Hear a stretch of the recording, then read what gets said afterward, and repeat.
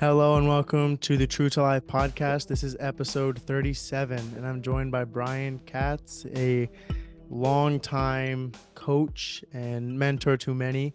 A long 45-year coaching career, spanning over all levels: high school, junior college, and NCAA Division One. So, a lot of experience here in this meeting. So I'm super excited to, pick your brain and hear about everything from your perspective. So, just to get started, both of us being Sacramento born and raised, just want to talk about your upbringing and kind of what got you into coaching, and that's been a lifelong journey for you. So just to get us going here. Well, it's interesting. I people talk about when did you decide you want to be a coach? I don't ever remember making a decision to be a coach because I was just going to be a coach. They say coaching is a little bit like the priesthood. It's a calling. Like if you can get out, you probably should. If you can't, you're meant for it. I coached my brother's fourth grade team when I was 11, and I just always I remember when I was playing at Castro High School, and even in chalk talks and meetings, I was always thinking, now when I coach, this is what I'm going to do. So I never thought anything different. When I got done playing, I played baseball and basketball at Castro. At 18 years old, I took a seventh grade job at Sylvan Junior High, where I went to junior high. And 45 years later, we're sitting here. That's 47 amazing. actually. Now I've been Yeah. out 2 years. Yeah. So you've always had that coaching mind. I mean, from a young age. I mean, coaching you said your younger brother in his fourth grade. Yeah, yeah, and my best friends are coaches. I have a whole bunch of older coach friends that are in their 80s now. I still keep in touch with. I just always, again, I never thought of doing anything but coaching. No, absolutely. So I mean, coaching from even that middle school level and then high school, college, all of that. What are the similarities that you see like, in high level student athletes? Like, what are the trends that you see from, different those different levels? Because I'm curious to see, you have the experience at those different levels. I mean, what are the things that you notice? Things that are similar at all levels, you mean? Yeah, Well, similar in oh, terms of the high level student athletes. well, I think key at any level, whether it's seventh grade, junior high, I don't care, high school, JC or Division One. Number one, your players, if they believe you can make them and the team better, they will. That's half the buy-in. The other half the buy-in is your investment and commitment to them, which ultimately translates to you caring about them. And once they feel that, then at any level, whether it's, I don't care, where I was coaching at Lassen College or Delta College or Sylvan Junior High or Mesa Verde High School or at Sacramento State, it's all the same. Then once they realize that's why it's so important to develop the craft of coaching. Like I have young people, they'll say to me like, "Hey, how do I get into coaching? What would I never worried, or how do I network? I never worried about any of that. I just worried about becoming a better coach, like the craft of coaching. Because at some point, someday, if you're serious about coaching, you will be the head coach. So are you prepared now? Are you prepared? Do you have the skills in your toolbox, so to speak? So I never thought of doing anything different. And I don't even know if that answered your question. No, what are the tools that go into the craft of coaching? Because I feel like in order to get the buy-in from student athletes, you have to be, like you said, be a good coach and show and have them believe that you can take them where they all want to go, which is ultimately winning. So I think it does answer the question, and it kind of makes you want to ask a follow-up question: is how do you build that, the craft of coaching? Like, what does that look like? Well, fundamental base, first of all, you study everybody and everything. And, you have to master the fundamental teaching of the game. And sometimes fundamentals are funny. They go in and out of being in vogue or popular, but no matter what, watch the best players at any level. And they're very fundamentally sound. Their footwork is good.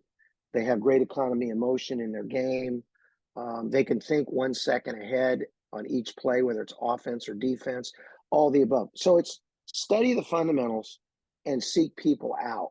Like when I was 19, I sought out a guy named Terry Battenberg, who's a longtime, very successful coach in the Sacramento area. He's written like 6 books on the game of basketball. I couldn't even go through his resume. It's so long and deep. I sought him out when I was 19, and basically learned the game from him, and went to his practices, had him over at my camp, went to his house, long hours of discussion and questions. And ultimately, really, he's the person that told me when I was at Center High School. I had been a high school coach for 11 years. I was 29 years old. And, we had the number one rated team in Sacramento the year before. We had Richard Manning, who would eventually become an NBA player. We had everybody back. And he convinced me, he said, no, you got to at some point go get a master's degree and become a grad assistant at a university, a Division I place, and learn basketball. Get your master's so you can coach on the college level and learn basketball. So I sought out Santa Clara University and went to work under two of, matter of fact, in my book that, you mind if I flash it? Yeah, of course. Yeah, camera's on. Road More Traveled. It's already out. I'll talk about how you can reference it later. But like, for example, on the back of it, I reference Carol Williams and Dick Davey, who were two guys that I work for at Santa Clara University. Both are in the WCC Hall of Fame. Both are in the Santa Clara Hall of Fame. Both are incredible teachers and coaches. So it's kind of like I learned from Terry Battenberg at 19, although let me back up a little bit. The first coach I had a great coach when I was a JV coach, Bob Ackley. He kind of was the first one that kind of started learning from. Then went to Terry Battenberg, and then he got me to Carol Williams and Dick Davey, and kind of like, now along the way, of course, was I going to every clinic? Yes, I was a clinic hound. I went to praxis. I studied everybody and everything, all the above. I think that those moves were highly important because then you actually learn. Like, I thought I was a pretty good coach at the high school level. I thought I knew something. Well, I went down to Santa Clara and found out I knew nothing. And they really taught me the game at that point. I feel like that also kind of speaks to your. I always call it like the ability to adapt, because I mean, you thinking you know everything, but then still being willing to go through and learn more. I feel like that's a definitely an acquired skill. I mean, I definitely feel like a lot of kids, young kids, myself included, we think we know everything, right? And I think that the ability to adapt and learn things is, I think, such a great skill. And I think it sounds like that is the craft, actively showing, is the constantly learning and being able to change. Because I mean, even so how many years did you coach at Sac State? 13. Yeah, so even like after you've already coached 10 years at Sac State, there was probably still things that you were learning in those last 3 years. I would imagine like it's a constant process. Constant. It's even like now, even learning now. I Yeah. mean, like I did some TV work with the NCAA tournament for the NCAA tournament, CBS Channel 13 up here. And, I get ready in January, February, March because people want you to talk about what's going on in the tournament. So even while I'm watching it, you learn things, you study things. You go, man, that would have really been good. I wish I had done that. Just even the way you communicate with people. I think in coaching, those that will seek out others and learn. Give you a simple example. When I took over at Sac State, we were at rock bottom. We were at 340 schools, probably 339. I mean, talking about in the RPI rating or whatever it is they have when I took it over.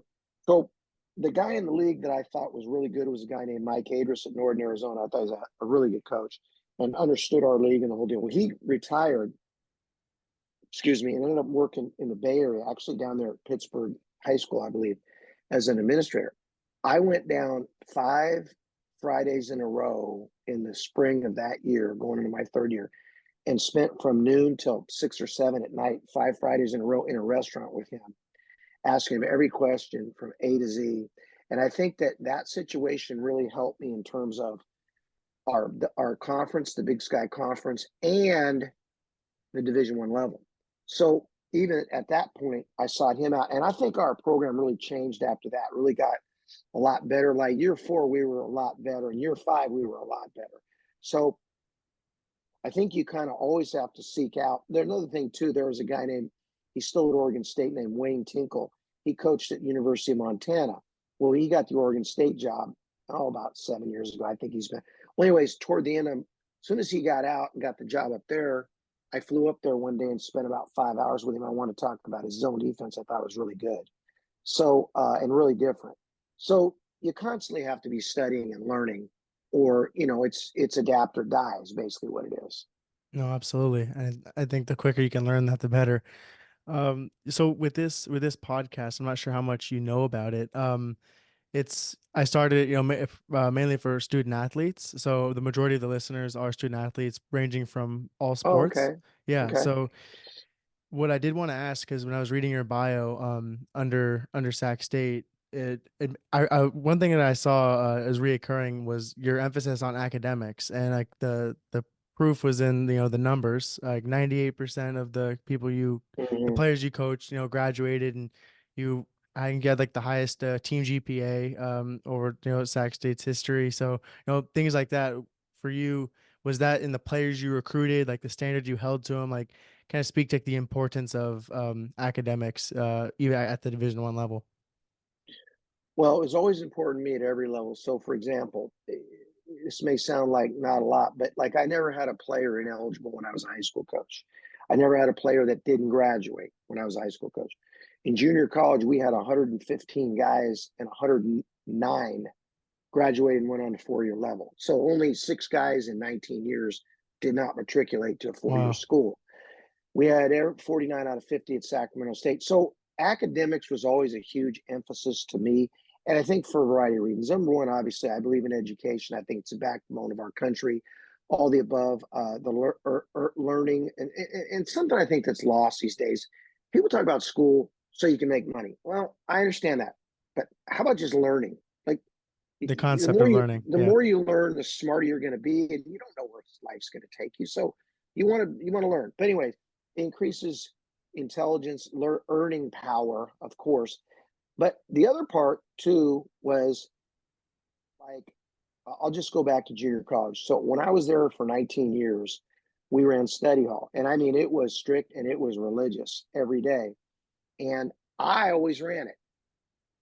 Now people go, why didn't you have your assistants run it or whatever? No, I wanted our players. I would be sitting in there with them. Number one, I had a degree in English and a master's in counseling, so I understood. I had some skills when it came to tutoring people in a variety of subjects, particularly English and anything communication wise. So I wanted to, number one, watch the young men in study hall and see how they learned, how they communicated, what went on, and I want to see where they're doing their work, of course. But I could tutor them as well. But the big thing it does, more than anything else, says, I care about you. You are important to me, because it has nothing to do with basketball. And believe me, if our players, I was, well, we had a strict policy. If you missed class, you ran a mile. I didn't care. We had progress reports once a week. You had to have them signed and returned from your teacher and the whole deal. And even when I went to Sac State, we obviously it was, email and this, that, but guy missed class, you ran a mile. I didn't care. Super It straight. didn't Yeah, matter. that's perfect. I just didn't care. And the key is you tell everybody up front. So you tell everybody up front what you expect and what you want. And as a result of doing that, there's certain people who say, hey, that's not for me. And that's okay. No harm, no foul. It's like I relate it to going to try to buy a car. You go up on a lot, you try it. I don't like that car. I like this car. I'll go to this lot down here. That's great. It's not for everybody. But what's great about it is once the guys you get already know this up front, then flat out now you can work with that and they're committed. And again, I'm going to reference the book a little bit because these stories just come up No, please do. naturally. But two things I would say, like there's a story in there about a kid named Mike McKinney who was a very good player for us, and it's chapter, I don't know the chapter number, but I start off the student athletes on this are going to love this one. I Mhm. start off the very first conversation I ever had, and remember this is 10 years ago, this is not long ago, with looked him dead in the eye and said, you look like a weed smoker. And he goes, and he didn't say anything. He didn't respond yes or no. And I got in, explained the whole thing. I said, look, I drug test very hard. I don't want it in our program. I'm telling you, if you come to Sacramento State, two things will happen. You will graduate or I'll send you home if you don't go to class. And two, uh, I'll drug test you. So if you're worried about it, don't come. And I walked out of the office, out of sight, out of not arrogantly or mad or anything, just very matter of fact. This is how the opening chapter starts in his book. It's called "Thank God for the One That Got Away," because we didn't even want the kid. I didn't even want him. He was way down my list. Well, fast forward, he ended up being the best player in the history of the school, MVP of our league, first team all region, Wow. NABC All-Star game, Portsmouth top 60. But okay, why did this occur? So fast forward about 5 months later, his coach calls me up and goes, "Hey, he wants to come to Sacramento State." I go, "Why?" He goes, "Well, he liked the way you were very upfront with him and you told him flat out you're going to drug test. He knows he's not a good student. He's lacked discipline. He wants to graduate. He wants to make something of himself and he wants to quit smoking weed." So, of course, you bring him in and you got to sit eyeball to eyeball with him and ask the tough questions too. But ultimately, we took him. And it turned out to be a great thing. Now, here's my point. Our program was always built on a culture of honesty. And this is really a big deal. And I'll even go further. I was on a podcast recently and they asked me, "Hey, what's something you stole from somebody or borrowed from somebody recently?" And I've been out of coaching 2.5 years now. So toward the end of my career, I heard something that Virginia did with Tony Bennett and men's basketball I really liked. And what it's called the safe chair. And I'll relate all this in a second. What you do is you get your players up there individually and everybody's in the room and everybody can ask them any question they want, including coaches. And it's a safe chair. They can say anything they want. They can to anybody about anybody. It will not be held against them. They could even say, "Coach, like let's say your team's struggling. Let's Nanik, you're on my team. You're struggling. You can't make a shot. We're in the middle of the league. We're Yeah. upset about it. You're not playing Dog days of hard. the season. Yeah. So you go, all right, safe chair. Nanik, get up there. Okay, look, can we help you to be the best player you can be? How can we help you right now?" And then you might say something like, you know, you could say anything. You could say, "Coach, early in the year, we were doing this. Now we're not playing as fast. You're not running enough plays for me. It's fine. Nothing can be held against you." Yeah. And Substitutions, anything yeah, goes. nothing. They can say anything they want. And so, but then you respond back. It's a safe chair. It's honesty. It's say, "Well, now look, now you're shooting in the last 5 games 27% from three. Why would I run more plays for you from three? And here's the other part. I might be willing to do that if you were spending extra time on your game, but you're not. I know you're not because you're not in there early at our pre-workout routine like you were in the preseason. So I think your performance truly has fallen off because you're not spending the time you were early. And ultimately, when you lack confidence, what do you need to do? Get back to basics and get more reps." So the culture of honesty is so critical, in my opinion. And I think that generalizing, and I express this throughout the book constantly, there's numerous very direct conversations. And I think this is the misnomer. People think direct conversations are combative or confrontative. They're really not. They're really not. It's like with that young man when I told him, "You look like a weed smoker," and he kind of looked at me and I said, "Hey, let's go up to the office and talk about it." So I got a junior college coach up there. I say, "Hey, let me explain why I think this. Number one, your stamina is not good. Number two, I can just tell." I said, "I've been around it. I can tell by your eyes, the whole thing. Stamina is not good." I said, "You guys lift weights heavily. Your physical stature is the same as in high school. So it's hard to put on strength when you're doing that." So, and I went into the why, and then I went into, now you understand, this is holding you back. You're going to need every advantage at this level. High school or JC, you were good enough to get by on talent alone. On this level, you're not. Okay. And so you go through, and you're not yelling at him, judging him. You're not doing anything. You're just saying, this is what I see. And he never said, "No, I don't," or "Yes, I do." He just sat there and listened. And so I didn't care one way or the other because I'm just going to be upfront with people. And Sometimes no hey, words look, are the more powerful thing sometimes. I yeah, mean, well, him just and not saying anything. I'm gonna let it run with wherever it goes. Yeah. If he says no, I don't. Okay, great. If he says yes, if he says nothing, I don't. I'm just look. I felt like in recruiting, I want to be an open book. I don't want any surprises when any of my players got to campus. I don't want any surprises. They would come on unofficial visit. I tell them, "You're going to meet everyone. You're going to talk to every single player. I want you around everybody, everything. I want you to go to be in a practice with us. I want you to do everything. I want you to sit down and watch film with me." All the above. I wanted no surprises, none. And in the process, like you're explaining there, like when you're going through the film, hey, this is how we play. Now let me show you how you play what I've seen on the film. You're breaking it down. Let me tell you what I like about what you do. And let me tell you what you're going to have to get better at or correct. So when they come to you, they know what they're getting. You're already coaching them. And I would even tell the players, look, be very candid. Tell them, hey, he's demanding. He'll get on you. Tell him that. Tell him the other side too. Tell him, hey, he meets with you more individually than anybody else, and he really cares about you. Tell him everything.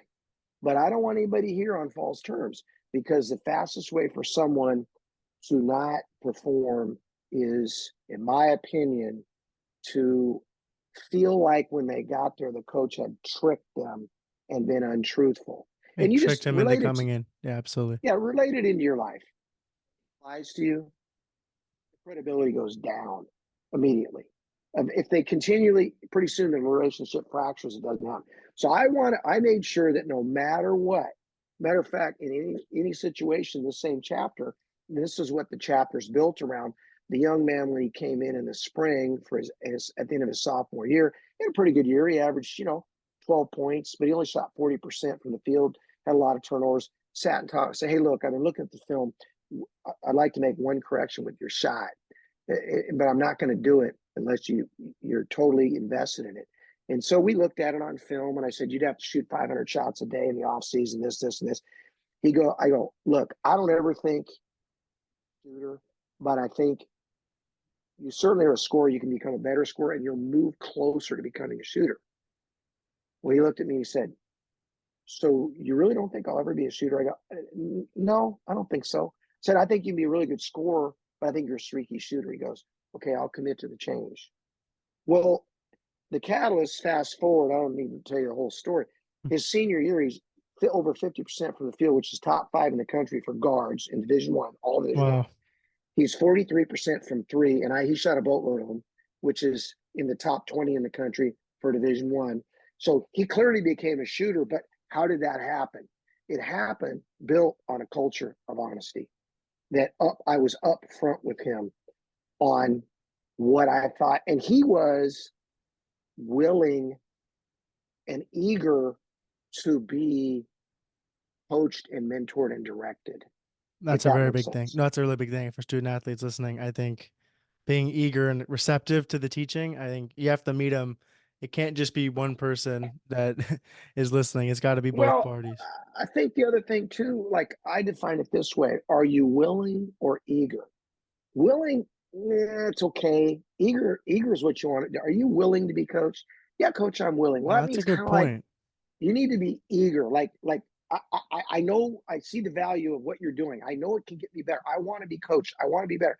Hey, when guys came on visits here, I would look them dead in the eye and I'd say this question, and I'm gonna wait till your eyes look up. I go, do you want to be coached? And I'd let it hang because it's a fair question. A lot of kids don't. A lot of people don't want to be coached. They don't. They think They they're want to already have good the enough. freedom, wreck ball, just Yeah, go out, roll the yeah. And ball out there.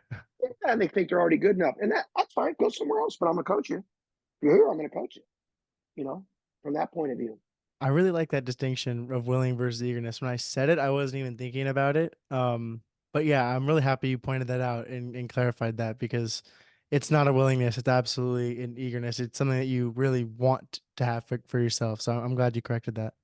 Let me ramble on about this two-way communication thing between players and listen. I was very demanding, tough on our players, but I always spent a lot of time talking to them. I was always receptive to interaction, and I welcome disagreement in the right setting, Yeah, not two-way in front of street. the group, not in front of the group, but I'd say you can come to the office, say anything you want. So anyway, long story short, I'm having a meeting with Mike and our other one of our other captains. This now it's his junior year. He's come along. He's doing pretty well. He says, I met once a week with our captains. We go through, plan the week out, talk about what's coming on. Say, hey, is there anything I need to know or anything questions you got? Well, at the end of this meeting, Mike says, Coach, I do have one thing. I said, okay. He goes, I really don't think you're running enough plays for the other guys. I went, wait a minute, you're getting 19 a game. Dylan's getting 15 a game. What do you mean the other guys? I said, well, Coach, everybody's focused on us. Okay. When we pass the ball to the other guys, they don't have the confidence to convert. So if you just created a play for each of the other guys in the rotation, and practice it and practice, maybe run it here and then, now and then in the game, it'll really perk up their confidence because it will make them believe that you believe in them. And then when we do throw them the ball, They're ready to go. Yeah.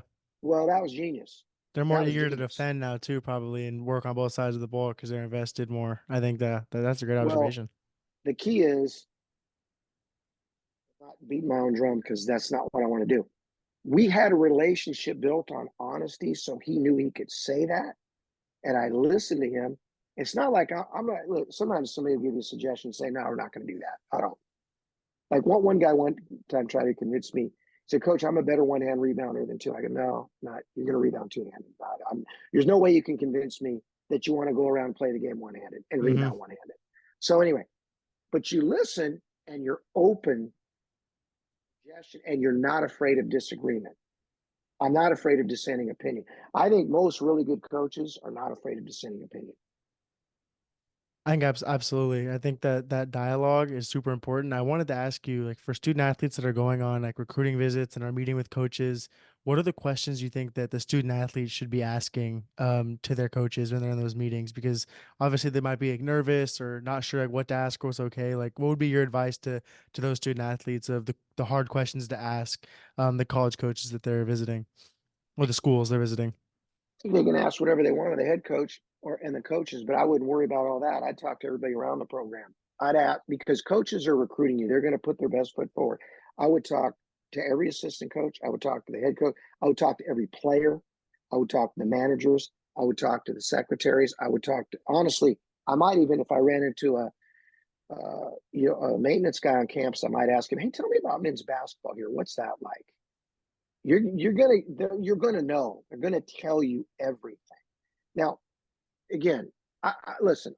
What it was it 34 years of college level. I recruited. Okay, I understand. I tried to operate from a point of view of honesty and being upfront Absolutely. and all of that. Just know, not everyone's like that. Some people they're salesmen and they're gonna recruit you. I think it's more about listening to how they say it, maybe rather than what they say. And also talk to everybody around the program. Now, here's a red flag for you. You go on a visit somewhere and they only let you meet 3 players or 4 players, that's a big red flag. It means you got a bunch of players in the program that aren't bought in that they don't want you to be around. I wanted them to meet every player, walk on, best player, seniors that were going out, they wouldn't even play with next year, everybody, anybody. So I more than the questions, I would do that. I mean, what would be a question?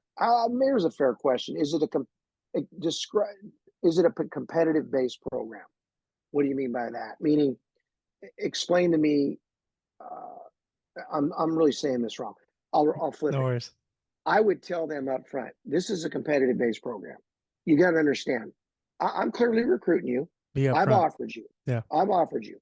When you get here, I mean, I wouldn't have you here if I didn't think you could be a good player. Now, is that going to be today, tomorrow, next year, next week? I don't know that. Now, but the key is it's a competitive based program. Okay, I don't care if a guy started for 3 years, and I had one guy that started for 3 years and got beat out his senior year. I don't care. Said it's a competitive based program. I said I am loyal to everyone as a person and a student. I said as a player, I must be loyal to the scoreboard. What's going to produce for us and create wins? So if someone is not producing, it's a competitive based program. So you can say right now, you show them the roster and go through it. Hey, now look, this guy's leaving. Show them this guy played this many minutes this year. It's your position. This guy, this guy, that. But look, you got to understand something. Look, we might slide this guy over. I mean, I don't know, but the best players will play. Correct myself, and I At stop and every say, level, that's the case. 100%. well, now I'll correct myself. And this really throws people off. I always correct myself, say, let me back up. The best players might play, but here's what I can tell you. The best team will play. The best team. So sometimes, and I really go through this exercise with them. I say, I had a young man come in one time. He said, Coach, can I talk to you about playing time? Sure, come on in. Let's talk about it. And he said, Coach, I really think I'm better than Zach. And I said, yeah, I think you have more talent than Zach. He goes, well, how come he's playing 30 minutes a game and I'm not playing at all? Well, that's a good question. I'm glad you asked, because when Zach's in the game, our team is better. And I'll show you why. And I showed him on film. Which He gets five back make on, the better team? Yeah. right. He gets back on defense faster. He communicates better. He he he will he never takes a bad shot. He knows he's the third, fourth, or fifth option. He goes to the boards every time. I said, now let's show you. See how slow you're getting back on D? See how you lost track of your man? See how you guys didn't communicate on that? See how you were in the middle of the flow of the offense. You break the pattern to shoot a contested shot. So my point is, the best team will play. So you have to explain. And I think this is something that's lost a little bit in sports these days, is ultimately coaches really, really at the core of who they are, they're going to keep their job based on winning and losing. So they got to win, and they want to win, and they'll do anything to win, but legally, you know what I'm saying? But Of course. here's the point. I think sometimes people think, well, I'm better than him, so he's going to play me. Well, we're all trying to overachieve. We're looking for which five are the sum of the parts greater. All right. I had one young man that scored 4 or 5 a game, but I'll tell you what, when he went in the game, the ball moved quicker. Everybody ran their lane harder. Everybody defended better. Everybody passed better. Everybody screened better. Everybody communicated better. Well, certain things don't show in the box score. Now, if again, the immature mind, and believe me, I was that as a player. So I can say that when I was a player in high school, I was immature and thought, I'm better than him. I should be playing.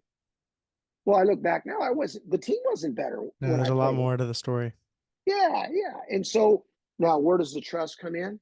And where does where does the trust and where does your relationship with your coach come in? Do you have a solid relationship built on honesty? If it's not built on that, you're going to be confused. You're going to be looking right and left all the time, not sure of it. And I tell them this all the time. I just tell my players this: look, would you stay here if I lied to you? And they kind of go, I wouldn't. I wouldn't stay if the coach lied to me. No way. I said, so you lying to me, that can't happen either, because I've got to be able to trust you. And believe me, I can handle anything. We had a phrase too with our guys. We talk about off the court. I'd say, don't let bad news beat you home.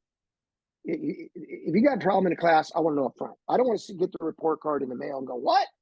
Meaning, I'm role playing the young man or woman that goes to school and then doesn't tell their parents the grades are bad. And then, the old days they used to mail it to you. Well, now you. So don't let bad news beat the computer home, or whatever I'm trying to say. But I would say I want to know up front. I had a young man. Actually, it's described again in this book. He got accused of cheating on a test at Sacramento State, and he immediately called me on a Friday night. And I said, well, you're going to have to call the athletic director. He goes, I already did. On a Friday night, called the AD, called me to tell him he got accused of cheating on a Built on test. honesty. Came in the next day, or on the Monday, we went through it. He goes, Coach, I'll take the F.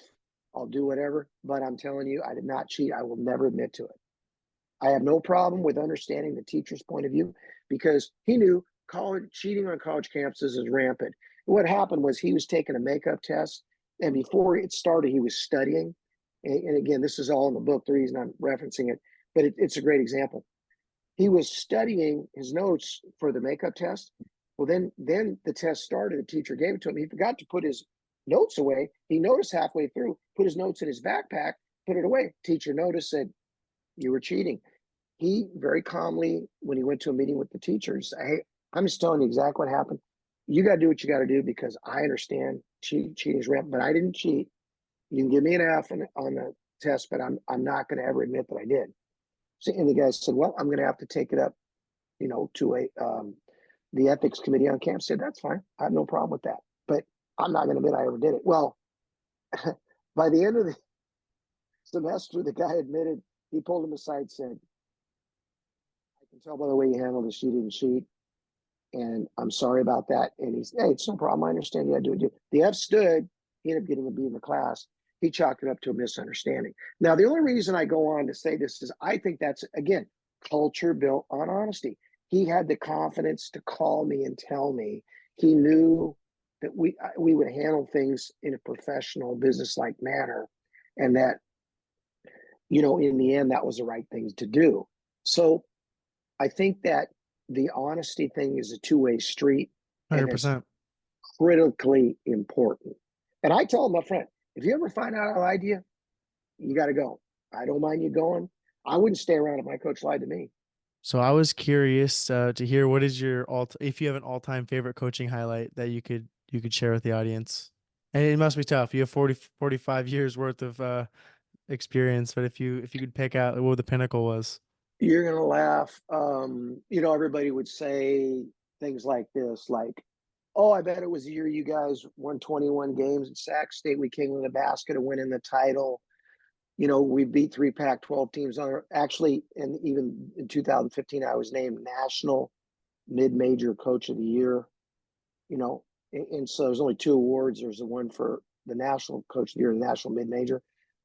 Not my highlight. My highlight was very simply, I would say this, that the graduation rate, every one of our guys, that the 109 out of 115, the 49 out of 50, all the above, and the day-to-day interaction with all of our players. I loved the day-to-day interaction. I loved the craft of coaching. I loved practice. I loved the off season. I loved meeting. I loved every part of the interaction. Those are the highlights. That other stuff we named, I wouldn't say those are highlights. That's what most people would say. I wouldn't say that. And truly the highlight is, just knowing that, our guy, think of that in, in 34 years of college coaching, every guy I coach, we had in our program graduated except 7 in 34 years. Wow. So we're pretty proud of Yeah, that. as you should be. I mean, it makes me think about Kobe Bryant quote, it's the journey, not the destination. It's like taking joy Yes, in yes, every piece of the journey rather than that yes. destination. I mean, the person that likes to walk is gonna go a lot farther than the person that likes the destination wherever they're going. So I think it's that process. Eager or willing. The person that is 100%. eager to walk or willing to walk.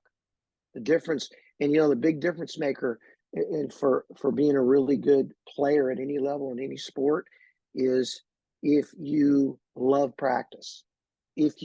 So are you eager to practice, or you I have practice today, walking it. get Yeah. through it? No, your games are won or lost in practice. You're developed as a player. You won or lost in practice. It's all the things that lead up prior to the game. So anyway, enough of that. I like that. Games aren't yeah, games are won in practice. Yeah, I've never thought about it like that, but very true. Like within Yeah, they're high won in level the off practices. season. Your games are won or lost in the off season. They really are, about how much work you spend and in practice day to day. It's from Monday to Thursday, getting ready for a Friday game, all that stuff. So I do have a question actually on that. For have you noticed with your coaching, is it on have you found that it's the players that bring, the energy and the juice to practice, or do you feel like you as a coaching staff you have to provide some of that? What have you noticed with the best teams you've coached? I tell them, look, everybody has to be a leader every day in every way. Everybody has to bring energy. I don't care if it's the manager, the best player, the 15th guy, the coaches, makes no difference. Look, this is a partnership here. But I always tell them this, though. You got to understand something, guys.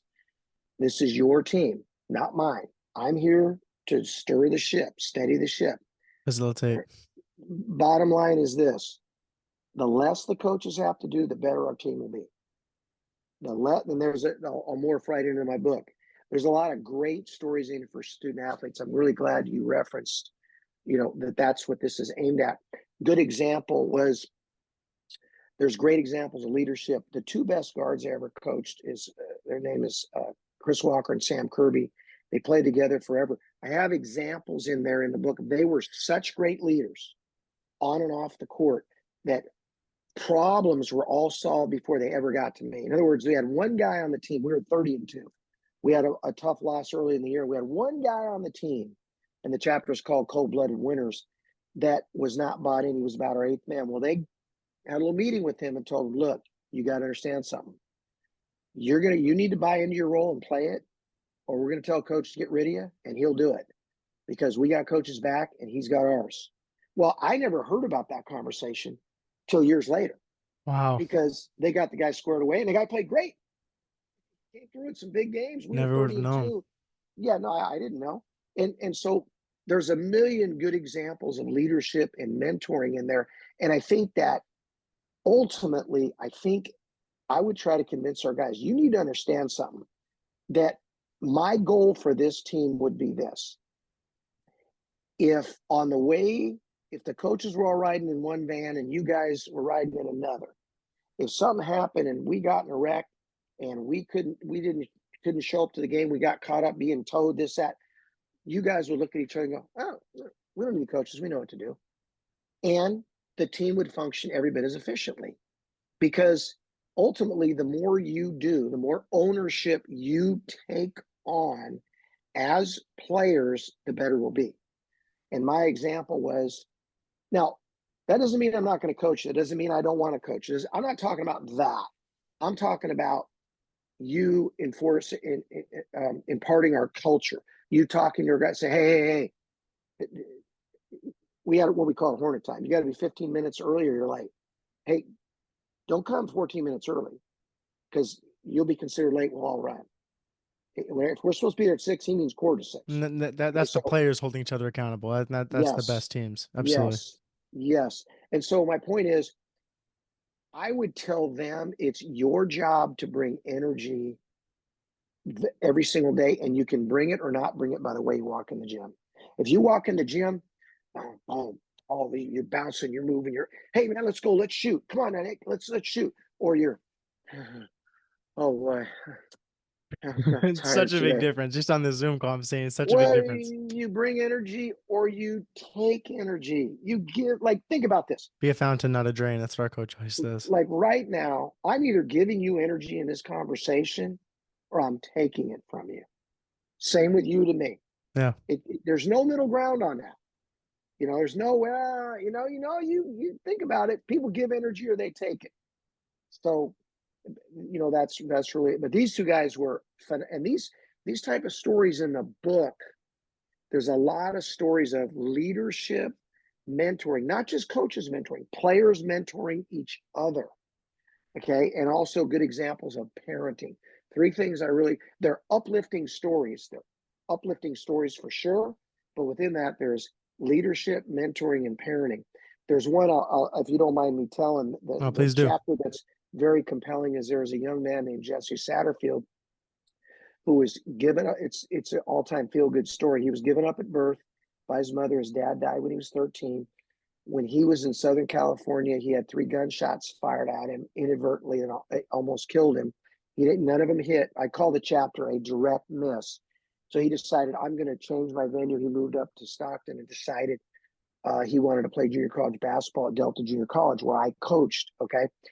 He had an unbelievable learning disability, the worst I've ever seen. And I've dealt with a lot of learning disabilities over the years, and we've always been able to help people to help themselves with that.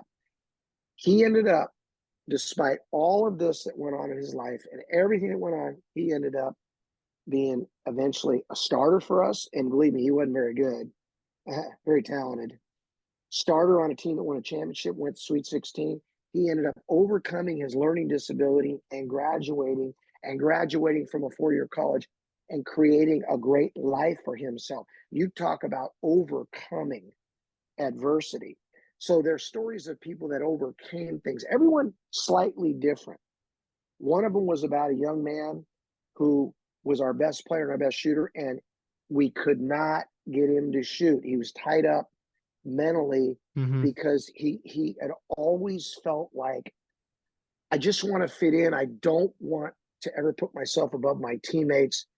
I don't want to be I don't want to appear to be a gunner or a ball hog or whatever. And so this was a 3-year process of finally getting him to understand. And this is meetings, and this is talking to his mom, and but boy, when it turned on at the end, he was player of the year in the state in junior college. He was a national recruit. He ended up going, I won't spell the whole story, but he ended up going on playing at the Mhm. 4-year level and was a very good Division I player. Got a phenomenal degree and is living a tremendous life now. So there's stories of overcoming adversity and along the way, stories of leadership, mentoring, and I do highlight good examples of parenting. So my question is for people listening, what is the name of the book? I don't think I've heard it yet. And also, where can people find the book? Okay, it's The Road More Traveled. It's The Road More Traveled, A Coach's View from the Bench. You can buy it on Amazon. Go right to Amazon, get it. Or you could go to my website, coachbryankatz.com. Those links will be in the Coachbryankatz.com. episode notes too. So I mean Yeah. that'll be right there for people to So it's access. again, it's The Road More Travel, A Coach's View from the Bench. And here's my point. It's not about me. It's not about how to do something. It's 10 chapters totaling 13 people, meaning there's 8 individual chapters about, like there's a chapter on Dylan Gary, there's a chapter on Mike McKinney. Then there's a chapter on one chapter that highlights 2 players because they were joined at the hip. And then there's the last chapter, and you'll laugh at this one. It's called The 3 Dinosaurs because these 3 guys came in as freshmen at Sacramento State 10 years ago. They were roommates for 4 years. They were best friends. They're in each other's weddings. They all graduated. They're best friends to this day. They're still in touch. I call it the 3 dinosaurs because with the transfer portal and the NIL, that will probably Ever. never happen Never again. again. But there's some great stories in that of why that's really cool Very and special. how they evolved as people and all the above. So I call it the 3 dinosaurs. So it's 10 separate stories highlighting 13 players that really stood out to me over my 45-year career. Absolutely. And like I said, that the links will be available in the episode notes. You've shared so many great stories along here, which I'm very grateful for and appreciate your time. I know you're very busy, so I do want to just give you the stage one more time. If there's anything closing that you'd like to share for the audience listening, I am all ears if you have any closing thoughts before. No, I would just say, now that I really know um, your target audience, I would just say to student athletes listening, I would just say, just understand every coach is really under the gun to win.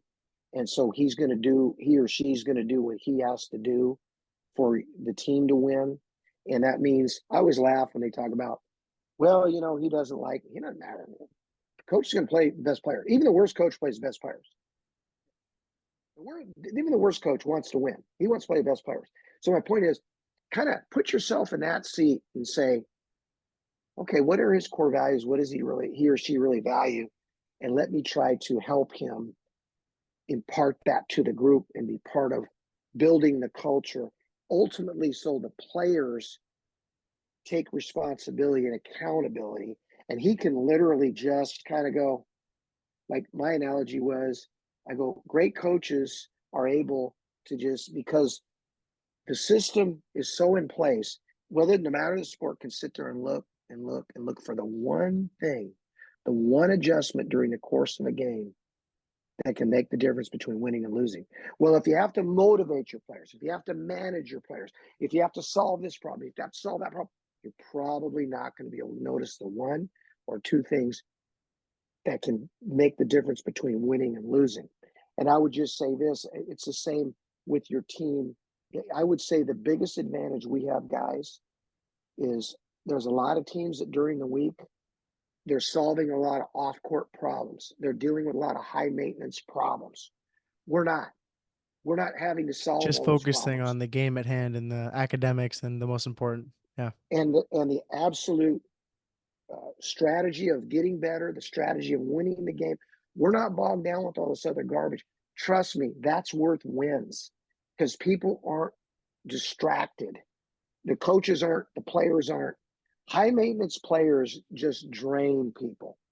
They drain coaches. They drain their teammates, even though sometimes their teammates won't speak up. The athletic training staff. I mean, just the whole program. Oh boy, yeah. Couldn't even So imagine. I always wanted to recruit, and I was very honest about this. I wanted low maintenance players, players that were low maintenance that we could coach and all the above. So And anyway, that's eager to that. be there. Eager to be there, like we've Yeah, talked eager to about. be there, eager to be coached, and really wanted to be at Sacramento State. I mean, I was like, I don't want to trick them into coming. I would say, if there's somewhere you believe you ought to go, then go there.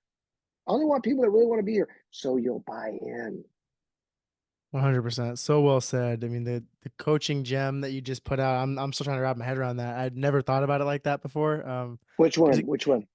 coaches that having to motivate, talk to players, and someone comes off and a player has like a bad attitude and he has to put his energy into talking to that player, and now his head's turned away from the game for a second. Like you Yeah. can't be that kind of Yes. player, and I hadn't Yes. really thought about that, and I'm reflecting Yes. on the teams I've been on, and when the coaches have to do those things, generally they're not successful teams. So it's very Right. interesting. I've got my And wheels and when turning I too. and just to be clear, as I don't want to be any confusion for you, for anybody who's listening to this, is that I'm just going to talk about me. It wasn't me saying, "Hey, I don't want to coach." No, I love coaching. I want to teach you how to close out. I want to teach you how to shoot. I want to teach you shell defense. I want to teach you how to compete. That's what I want to do. And then when it came to the other stuff, like if you guys tell those guys, "Hey, when you get in the gym, you better have your shirt tucked in, your pants pulled up, and you better be on the line, ready to go and make eye contact. Otherwise, it's gonna be a problem. That This is our culture." And pretty soon it wasn't like he'll get upset and make us ready. Hey man, we don't do that here. Hey, get your shirt tucked in. Be 15 minutes early. Get your shirt tucked in, your pants pulled up. Make eye contact with whoever's talking, and like that's our culture. So the coaches don't have to. Initially, of course, you have to build that in, but then the players, the more they take ownership, again, the more they do, the less the coaches have to do, the better the team will be, because now you can focus solely on winning the game and developing your team. So, and again, doesn't mean you're not going to have disagreement. You're not going to have meetings with players, but you want it to be about, hey man, defense, we got to work on your on ball defense. Not quite good these days. Or, hey, let's talk about some ways we can develop these younger guys. What do you think? This, that, and the other. Or whatever it may be. You want it to be relative to your sport. Is it volleyball? Is it softball? What is it? I don't know. But your energy, everybody's energy, if it's focused on that, you got a much better chance. And I'll tell you, a lot better chance with low maintenance people. That's for sure. 100%. Couldn't have said it better myself. To close out every episode, I like to get some rapid fire questions. So this is super quick. Here we go. Here What we is your go. what is your if you have one, like a pregame song? Are you a big music guy? Did you ever listen to music before games? You know, I really didn't a lot, but it would be Tom Petty. I won't back down. I love it. I Or like love, just on the I bus love. rides or plane flights. Yeah, I won't back down. I like to. It's a good one. The lyrics are good. It's good. It fits in there. Yeah. What is your go-to meal after a big game? Oh, it's funny. No, I can't. I don't There's know. too many options out I there. don't know. I really didn't eat after games much. Really? I mean, there's probably a lot you had on your plate after a big game, so it might not have been on the forefront. Maybe take it away from basketball. What if you like sitting down at the dinner table, like what do you want on your plate? I'm just curious. What would I want to? I would literally love salmon, mashed potatoes, and asparagus. Very solid. And what do you have to go with that to drink? Water, like a lot Me of too. water. I'm a big water Yeah, guy. yeah. Last question here. If you could go back and re coach one more season or one team, which team would you coach? I know it's a very hard question for a coach. I'm curious if there is a year that stands out that you'd want to Well, go back over again. I would say there's four. That's okay too. I'm going to really date myself. 91, 92, we had a great team at last year college and went to the Elite Eight. Love to go back and coach those guys again. They were 26 and 9. 1999, 2000, we were 30 and 5. We had a great team, went to the Elite Eight at San Joaquin Delta College.